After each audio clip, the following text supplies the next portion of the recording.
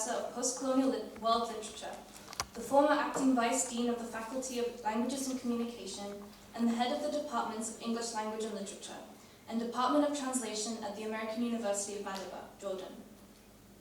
Dr. Al Deek is the author of Writing Displacement, Home and Identity in Contemporary Post-Colonial English Fiction, writer of the first biblio-memoir to come out of the Middle East in English, titled Eucalyptus Obliqua, Episodes of Dispersals, contributory columnist and writer in the Jordan Times, co-founder of Writers in Amman, Jordan, former academic lecturer in Sunderland University, and former director and assessor of English and Communication Skills and Working Links, funded by the Ministry of Justice and European Union.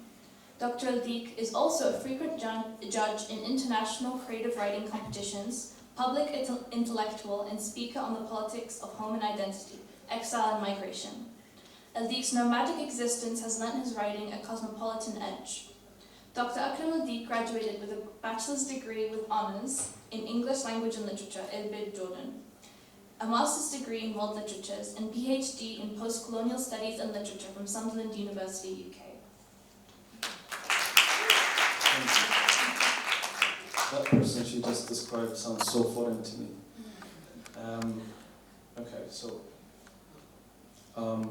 Writing in exile, and I don't necessarily mean geographical exile, but being an exile within your own skin as well. Writing in exile, you are not fully aware of how not to be the victim of your own story. It is only hope to merely be a participant in the making of it.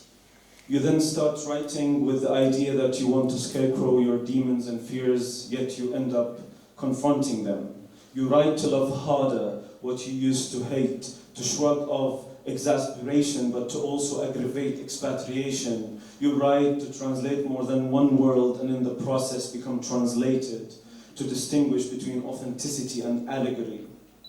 You wrote, therefore you were. You write, therefore you become.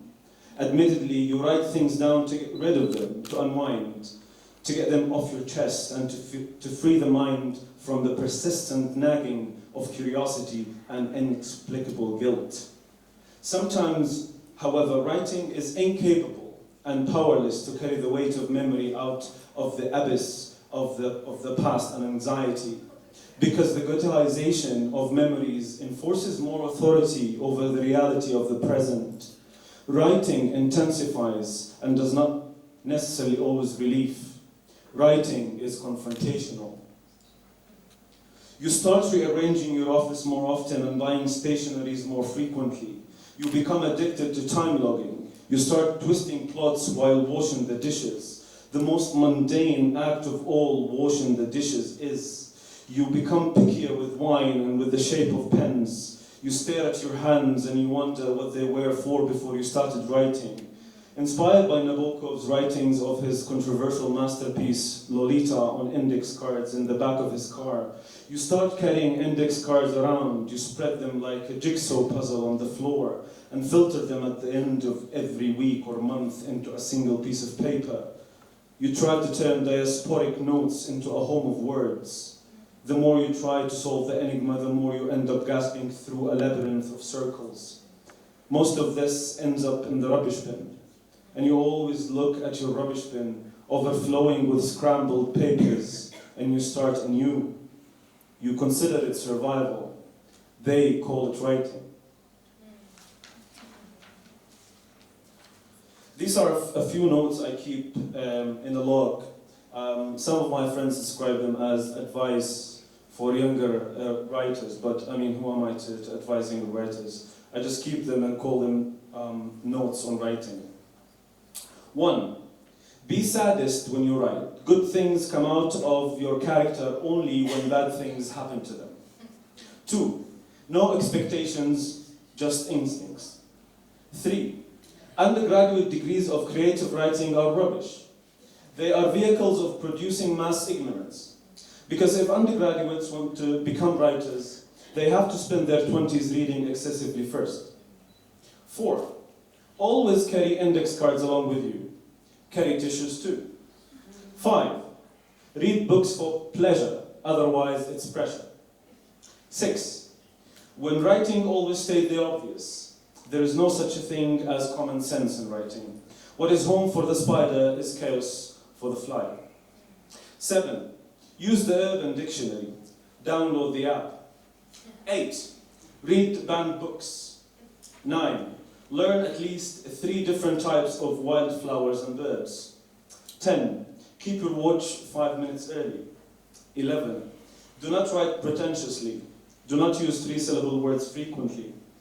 12. When working, writing, or reading, disconnect your internet connection. 13. Write a book you want to read. Be the person you aspire to fall for. 14. Write letters of love and regret with repetition and 1-syllable adjectives. 15, and last, there is no such a thing as an artist's block or a writer's block. If anything, the block is a break. During such a break, you evolve, you recharge, you gather momentum, you subconsciously grow.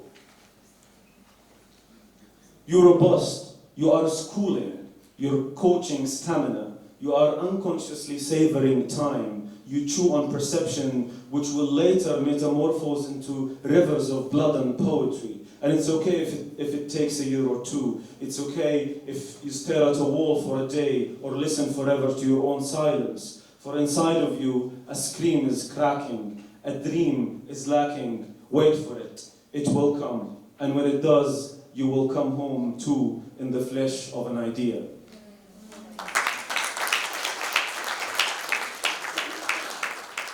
One more piece, very quickly before I finalize this. This is my recollections of being in Palestine for the first time after probably 11 years of not being there. And it goes as follows. Leaving Jaffa towards the village of my ancestors, I joined my parents to visit Al-Aqsa Mosque in and the Dome of the Rock in Jerusalem before we made our way heading eastwards back to the colonized territories of the West Bank. The further we drove away from Jaffa, the drier the air. The closer we came to the West Bank, the bouncier the streets. Along the way, the language of the signs crisscrossed histories, Arabic, English, and Hebrew. Colonial settlements stood strategically on top of former clean hills. Leaving you dwarfed in between and below, your imagination unleashes, exhausting you in the process as you try to make olive trees standing up in straight lines, or to envision them being picked up by their local farmers. The eye of the mind is blinded as the sheer heavy weight of the physicality of settlements burdens your shoulders and blocks the view of any potentially available scenery of trees.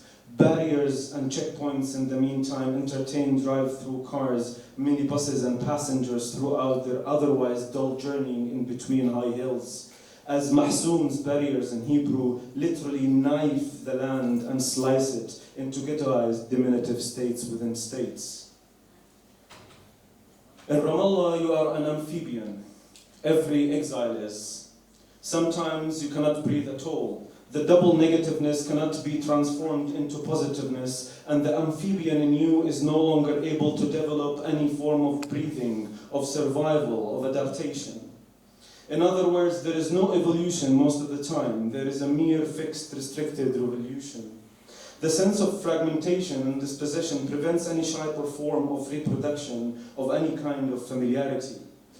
And you feel mutated. There is no vocalization whatsoever, for there is no air. You are breathless, and the production of any air through vocal cords into the air sac is not possible because you are always grabbed by the throat. Thank you.